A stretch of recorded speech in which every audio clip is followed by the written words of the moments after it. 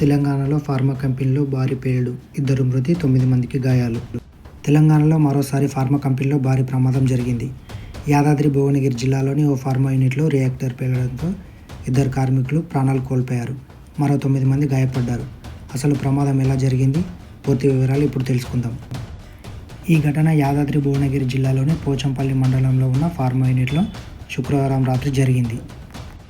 పోలీసులు తెలిపిన వివరాల ప్రకారం కార్మికులు షిఫ్ట్ మారుతున్న సమయంలో రియాక్టర్లో ఒక్కసారిగా భారీ పేలుడు సంభవించింది. పేలుడు తర్వాత యూనిట్లో మంటలు చెలరేగడంతో అక్కడ తీవ్ర భయాందోళన నెలకొంది. ఈ ప్రమాదంలో 2 కార్మికులు మృతి చెందినట్లు పోలీసులు తెలిపారు. మరో 9 మంది గాయపడ్డారు. వీరిలో 2కి 50% పైగా కాలిన గాయాలు కాగా మరో 7గురికి స్వల్ప గాయాలైనట్లు అధికారులు వెల్లడించారు. ప్రమాదంలో గాయపడిన వారిని వేర్వేరు ఆసుపత్రులకు తరలించి చికిత్స అందిస్తున్నారు. ప్రమాదం గురించి సమాచారం అందిన వెంటనే పోలీసులు, ఫైర్ సిబ్బంది ఘటనా స్థలానికి చేరుకున్నారు. రియాక్టర్ పేలుడు కారణంగా ఏర్పడిన మంటలను ఫైర్ డిపార్ట్మెంట్ అదుపులోకి తీసుకొని వచ్చింది. ప్రమాదంపై పోలీసులు కేసు నమోదు చేసి దర్యాప్తు ప్రారంభించారు. అయితే రియాక్టర్లో పేలుడు ఎందుకు జరిగింది అనే విషయం ఇప్పటి వరకు అధికారికంగా స్పష్టం చేయబడలేదు.